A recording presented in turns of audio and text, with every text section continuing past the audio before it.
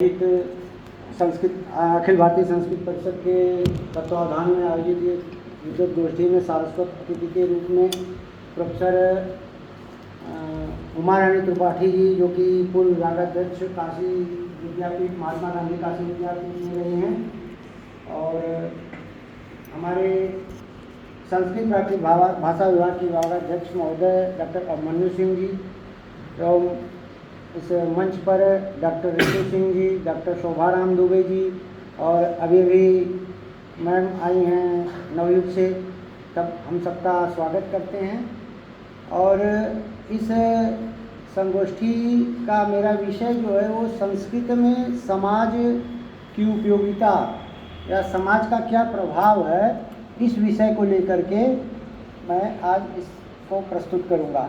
तो सर्वप्रथम तो हम ये देखेंगे कि जो संस्कृत है भाषा के रूप में आई, तो सर्वप्रथम भाषा जो आई वह ध्वनि के रूप में आई। ध्वनि कहाँ से आई कि जो वक्तव्य में मैंने अभी कहा कि ऋषियों मंत्र से दष्टार, तो जो मंत्र हैं वह वेदों से आए। तो ध्वनि जो है वह ज्ञान का विषय है, क्योंकि वेद जो है वो हमारे अपौरुषेय हैं, वो ज्ञान के विषय हैं। तो ज्ञान की जो विचारधारा है यह हमारी परंपरा से आई।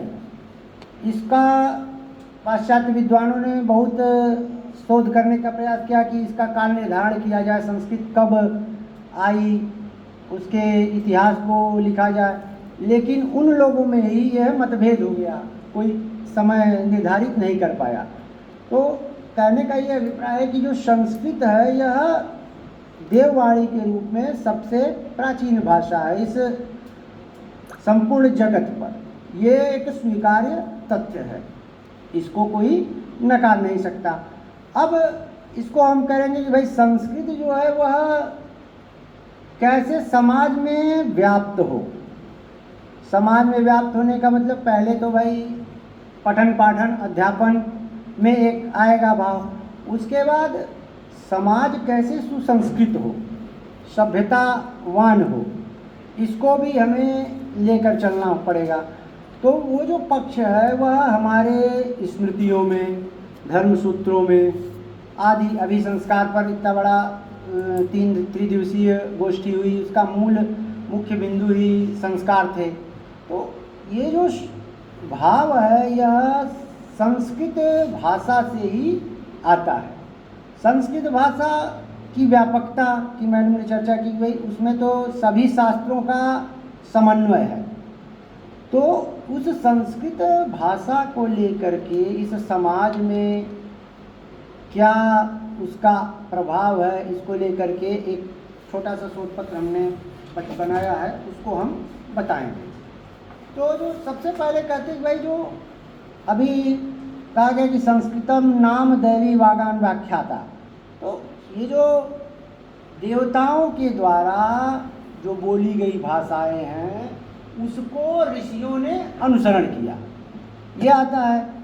ऋषियों से फिर कहाँ आई, हमारी परंपरा में आई, शिष्य के शिष्य से फिर गुरु से शिष्य, ऐसे परंपरा चलती आई।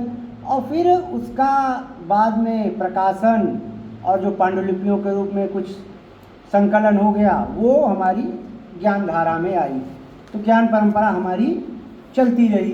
अब उसके अनेक पक्ष हो गए, दर्शन पक्ष हो गया, साहित्य पक्ष हो गया, अनेक पक्ष हो गए, उस पर हम नहीं जाएंगे। तो ये कहने का मतलब है कि जो भर्तृहरि ने भी नीति शतक में कहा है कि वाणी काम समलं करोति पुरुषम या संस्कृता धार्ये, जो ऐसी वाणी है जिसको धारण करते ही वह पुरुष अलंकृत हो जाता है। एक अलंकार धारण करने, जैसे स्त्री का जो आभूषण अलंकार है, तो उसी प्रकार से संस्कृत सबका आभूषण है। संस्कृत भाषा जो है वो सभी के आभूषण के योग्य है। तो ये एक विषय है। फिर उसके बाद ये कहे कि भाई उत्पत्ति का स्वरूप बताया कि भाई जो शिव ने जब तांडव किया तो तांडव समापन के बाद बताया जाता है कि वो जो ध्वनि निकली वही माहेश्वर सूत्र बताए गए, 14 माहेश्वर सूत्र, जिससे फिर व्याकरण और ये संपूर्ण साहित्य हमारा विकसित हुआ। तो ये संस्कृत जो है वो परंपरा से चली आई हमारे पास, और उसको हमें अछूड़े रखना है, बनाए रखना है। बीच में ऐसा हुआ कि बहुत सारे समस्याएं आई, जिससे कि वो एक मिनट थोड़ा आ रहा है। हाँ हेलो, अच्छा मैसेज में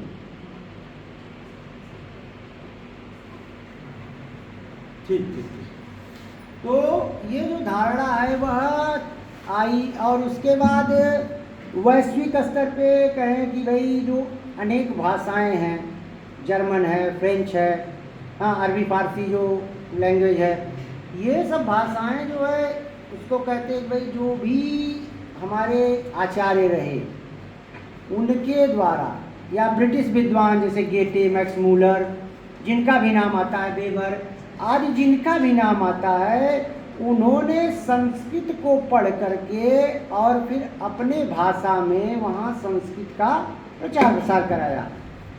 मुस्लिम शासकों में जैसे जब मुगल काल था उस समय के उसमें आता है, अलबरूनी का नाम आता है और अनेक आता है। तो ये जो संस्कृत की निधि है उसको हमको बीच में ऐसा हुआ कि भाई ऐसा काल आया कि थोड़ा सभ्यता और संस्कृत को नष्ट करने वाले लोग आए, तो उससे कुछ प्रभावित हुई। लेकिन फिर बाद में वह संस्कृत फिर से एक अपनी विचारधारा पर चल पड़ी है, और वह एक मजबूत स्वरूप में हम सबके समक्ष दिख रही है। तो ये जो कहते हैं कि वो कभी समाप्त होने वाली भाषा नहीं, अनादि निधना जिसको कहते हैं कि अनादि निधना है, वह ऐसी भाषा है कि वो कभी समाप्त होने वाली भाषा नहीं है। अब ये कहेंगे कि भाई जो समाज पर संस्कृत का प्रभाव कहाँ कहाँ हम देख सकते हैं, तो जैसे ये जो समाज है वह पुरुष और महिला दो लोगों से युक्त समाज है। तो हम ये कहेंगे कि भाई जो महिला हैं, महिलाओं के अधिकार, कर्तव्य, उनकी रक्षा का जो भाव है वह भी हमें संस्कृत से ही मिलता है। संस्कृत के ग्रंथों में मात जो कहते हैं कि भाई स्त्री का जो सम्मान करिए, वह भाव कहाँ से आएगी? हमें जो ग्रंथ मिलते हैं उनसे ही उनका अनुसरण करना पड़ेगा, ये भाव आया है। तो एक दूसरा पक्ष देखें कि भाई जैसे ये समाज है, इसमें जो व्याप्त अराजकता है उसको हम कैसे एकता में लाएंगे? एकता के सूत्र में बांधने के लिए भी संस्कृत जो है वह समाज में एक प्रतिष्ठित भाषा के रूप में मौजूद है। जैसे कह सकते हैं कि भाई जो मंत्र है सहनावतु सहनौ भुनक्तु सह वीर्यं करवावहै, वो क्या कहता है? वो समाज में हमें एकता के साथ उठने बैठने, मेल जोल करने, खान पान करने, सब चीज़ का भाव हमें लाता है। तो इस एकता के सूत्र में बांधने की भी भाषा संस्कृत ही है। दूसरी भाषाओं में इस प्रकार का विषय वर्णित नहीं मिलता है।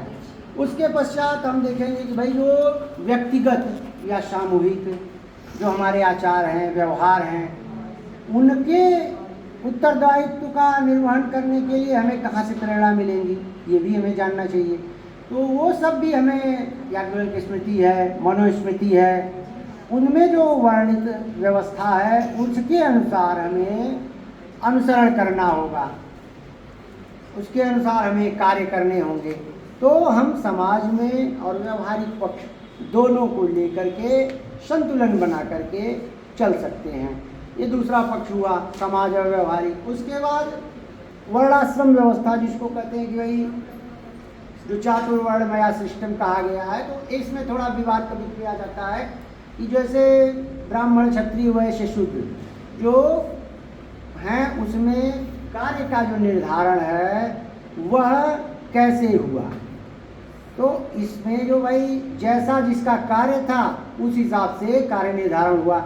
लेकिन अभी जो आपके पूजन में कर्मकांड में प्रयोग में आता है उसमें वर्ण का कहीं प्रयोग नहीं आता, उसमें गोत्र नाम आता है। तो उसमें ये विषय नहीं आया कि हमको वर्ण का ले करके कि भाई वो क्षत्रिय हैं वो ब्राह्मण हैं।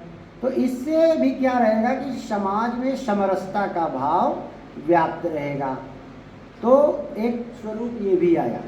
उसके बाद कहते हैं कि भाई हमको आगे देखना चाहिए कि संस्कारों में निहित भावना, अभी उस पर चर्चा बहुत हुई, 3 दिनों तक हुई, लेकिन मुख्य रूप से कहते हैं कि भाई जो मूल उसका आता है सत्यम वद धर्मम च, सत्य बोलिए, जो भी बात है उसको आप रखिए सही, उसमें कोई अपने तरह से बनाइए नहीं, और जो धर्म कहता है उसके अनुसार हमको अनुसरण करना चाहिए।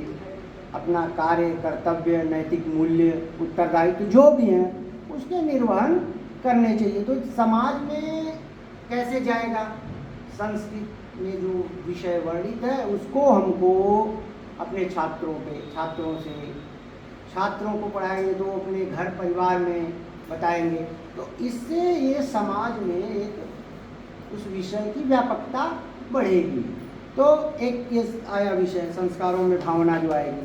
उसके पश्चात धर्मशास्त्रों में अभी विषय उसका आया था कि जो स्मृति और मनुस्मृति याज्ञवल्क्य स्मृति इन सबों में जो विषय वर्णित है उस विषय को लेकर के हमें अपने कर्तव्य निर्वहन करने हैं, कार्य करने हैं। जैसे राजा है प्रजा, तो राजा का प्रजा के प्रति क्या कर्तव्य है, मंत्री का राजा के प्रति क्या कर्तव्य है, ये सब कर्तव्य हमको देख करके ग्रंथों के अनुसार ही वर्णित करना है। एक विषय ये आया। फिर उसके पश्चात हम देखेंगे कि भाई व्यावहारिक विषय में जैसे जो इस समय वर्तमान समय में ऋण लेना और कोई धरोहर रखना ऐसा विषय आता है तो लोग फिर उसमें मिथ्यावादिता करने लगते हैं। तो जो व्यवहार पक्ष है उसको लोग नहीं ध्यान देते हैं कि भाई उस व्यक्ति ने तो आपके समय पर आपका सहयोग किया लेकिन आप जो है उसको भूल गए। तो ये व्यवहारिक पक्ष जो है उसको लेकर के ही हमें समाज में चलना चाहिए। क्योंकि जब हम अपने मौलिक कार्यों को नहीं करेंगे, जैसे परस्पर सहयोग की भावना उसमें आई थी, लेकिन जब हम उसका सहयोग नहीं करेंगे तो फिर आगे दूसरे से सहयोग की अपेक्षा नहीं रख सकते। तो ये भावना जो आई यह व्यवहारिक विषयक भावना के रूप में आई। अब कर्म फल विषयक भावना के रूप में इन्होंने कहा कि भाई जो कर्म फल विषयक हैं उसमें उन्होंने कहा कि भाई मनुस्मृति में ही कहा गया है कि मनुष्य के जो 3 कर्म हैं, वाचिक कायिक वाचिक और मानसिक, इसके अनुसार जो कर्म होते हैं वह शुभ और अशुभ फल देने वाले। जैसे कि मैम ने भी उसको कहा कि भाई शुभ रहेगा तो उसके साथ अशुभ लगा ही रहेगा, वो पक्ष कभी छूटने वाला नहीं है। तो उसका भाव ये आता है कि भाई जो देवत्व का भाव है वह सात्विक गुण में आता है। सात्विक गुण के कारण जो देवत्व की भावना व्यक्ति में निहित होती है। और मनुष्यत्व जो आता है वह राजस पक्ष से ही है, उसमें देवत्व का नहीं है, क्योंकि देवत्व जो है वह सात्विक रूप है। जो देवतुल्य हो गया वह मोक्ष का भागी हो गया, ऐसा हम तो स्वीकार कर सकते हैं। हम इस पृथ्वी पर हैं तो कार्य भी करेंगे और कोई गलती भी करेंगे, तो उसमें देवत्व के भाव में गलती का वो नहीं आएगा, इसमें जो है राजस पक्ष ही है। तो इस प्रकार के भाव को लेकर अब स्त्रियों में जो कहते हैं भाई जो समाज में स्त्रियों के प्रति जो भावना है उसका क्या संस्कृत में कहाँ वर्णन मिलता है, इसको लेकर के भी समाज हमेशा कहता है कि भाई कहाँ वेदों में स्त्रियों का पाठन का, या अभी उसमें सेमिनार में हुआ था ना कि भाई कहाँ उसमें उपनयन का स्त्रियों में आता है। कई लोगों ने प्रश्न किया, तो तुरंत उसका होगा नहीं नहीं, उसमें कोई विभेद नहीं किया गया है, उसमें सभी संस्कारों को सबको समान माना गया है करने के लिए। तो ये जो है कहते हैं भाई, जैसे एक बहुत बड़ा प्रचलित है यत्ते नार्यस्तु पूज्यन्ते रमन्ते तत्र देवता, मतलब इस समाज में, हमारे समाज में आजकल बहुत सारी भ्रांतियां हैं, तो उस भ्रांति को हमको दूर करना है, हमको उस नारी समाज का सम्मान करना है। सम्मान करेंगे तो फिर हमें सम्मान प्राप्त भी होगा और समाज हमारा उससे मजबूत हो जाएगा। तो एक स्वरूप ये आया कि ये जो स्त्रियों के प्रति सम्मान का भाव है वह भी हमें अपने पक्ष से या उसके संस्कृत के पक्ष को लेकर के भी चलना है। फिर अब अनेक ऋग्वेद में अनेक मंडलों में अनेक ऋषियों का वर्णन आया है, उसको लेकर के, उसके ज्ञान को लेकर के, जैसे गार्गी या केवल संवाद है, मैत्रेयी संवाद है, अनेक संवाद है, वो जो तत्व का बोध कराने वाला संवाद था, उस ज्ञान का बोध कराने वाला संवाद है, वह संवाद हमें जो है उन संस्कृत के मूल ग्रंथों से, वेदों से, उपनिषदों से, हाँ, आरण्यक ग्रंथों से मिलेगा। उसका व्यवहारिक पक्ष, सामाजिक पक्ष हमें सूत्र, पारस्पर सूत्र है और ये शुल्ब सूत्र है, धर्म सूत्र है, इन सबों में मिलेगा। तो इन सब को हमको क्या करना है, पढ़ना है, चिंतन करना है, फिर उसको हमें समाज में, अपने छात्रों में, अपने मित्रों में उसको बताना है। तो ये जो समाज का संस्कृत के प्रतिपक्ष जो था वह एक पक्ष ये था। अब दूसरा आधुनिक संदर्भ में देख लीजिए आप लोग कि आधुनिक संदर्भ में जैसे जो संस्कृत भाषा है वह सबसे ही उपयुक्त भाषा है संगणकीय पक्ष में, ऐसा नासा ने भी स्वीकार किया। अनेक अपने उसने अध्ययनों में उसने संस्कृत को ही लेकर के और फिर अनेक अन्वेषण किया है। तो और उसके बाद वैश्विक परिप्रेक्ष्य में क्या है कि भाई वैश्विक परिप्रेक्ष्य में हमारी संस्कृत भाषा जो है 50 से ज़्यादा देशों में अध्ययन, अध्यापन और शोध कार्य तीनों पक्षों में चल रही है। ये नहीं कि अध्ययन ही हो रहा है, उसको पढ़ाया भी जा रहा है, उस पर नवीनतम शोध भी किए जा रहे हैं। तो पूरे वैश्विक स्तर पे संस्कृत की प्रभावकारिता हमको दिख रही है। तो इस प्रकार जो है हमें संस्कृत को समाज से जोड़ करके और इस राष्ट्र से जोड़ करके और मुख्य रूप से हमें अपने नैतिक मूल्यों, कर्तव्यों को ले करके उस संस्कृत के प्रति हमारे क्या कर्तव्य हैं, क्योंकि हम लोग संस्कृत के छात्र हैं, संस्कृत के अनुरागी हैं, तो उसका कैसे और विकास हो और वो समृद्ध कैसे हो, इस भाव को लेकर के हमें समाज में जाना होगा, उसको प्रचारित प्रसारित करना होगा। अब बहुत से लोग कहते हैं कि भाई संस्कृत जो है वो मृत भाषा के रूप में होती जा रही है, छात्रों की संख्या कम हो रही है, ऐसा जो विषय आ रहा है, तो उसमें ये कहने का भाव है कि भाई जो ऐसा जो प्रणाली बन गई थी, जो प्राथमिक शिक्षा, उच्च प्राथमिक और उसके माध्यमिक में जो आ रहे थे वो CBSE बोर्ड, ICSE बोर्ड के जो भी बोर्ड चल रहे थे, उसमें उन्होंने संस्कृत को कक्षा 9 या 10 के बाद ही प्रारंभ किया है। हाँ, प्राथमिक और माध्यमिक उन्होंने इग्नोर कर दिया है। तो इसका क्या होगा कि भाई जो चरणबद्ध तरीके से छात्र आते थे वह वहीं से फिल्टर हो जा रहे हैं, कम आ रहे हैं। अब एग्रीकल्चर, बायोलॉजी, कॉमर्स, ये सब के छात्र 12th के बाद आ रहे हैं, तो वो भी क्या है, उनको भी संस्कृत विषय के प्रति अनुराग नहीं आएगा। वो बस एक एकेडमिक अपना पूरा करेंगे और फिर दूसरे विषय को अडॉप्ट करके चले जाएंगे। तो इसलिए हमें जो नियम बनाने वाले लोग हैं, ऐसे लोग हैं, अब तो केंद्रीय विद्यालय में कई जगहों पर शामिल कर लिया गया है, तो धीरे धीरे इसमें जब बच्चे आएंगे तो फिर इसकी संख्या वृद्धि हो जाएगी। तो ये भाषा कभी समाप्त होने वाली भाषा नहीं है। कहने से वो कभी नहीं होगा कि समाप्त हो जाएगी। वह भाषा जो है देव भाषा है। देवताओं की को कभी वो नहीं किया जा सकता कि भाई वो समाप्त हो जाएंगे, उसकी अक्षुण्णता बनी रहेगी। उसी प्रकार संस्कृत की भी अक्षुण्णता बनी रहेगी और हमें संस्कृत के प्रति विशेष अनुराग रखना चाहिए। इस के साथ कि भाई और जो हमारे मित्र हैं उनको भी हमें संस्कृत पढ़ने के लिए और प्रेरित करना चाहिए। तो हम सभी का ये मुख्य योगदान रहेगा कि भाई आप छात्र हैं, छात्र अगर प्रेरित करेंगे तो आपके जूनियर छात्र, छोटे जो बच्चे हैं वो सब उससे प्रेरित होंगे, लाभान्वित होंगे। तो आगे चल के संस्कृत के प्रति उनका अनुराग बढ़ेगा।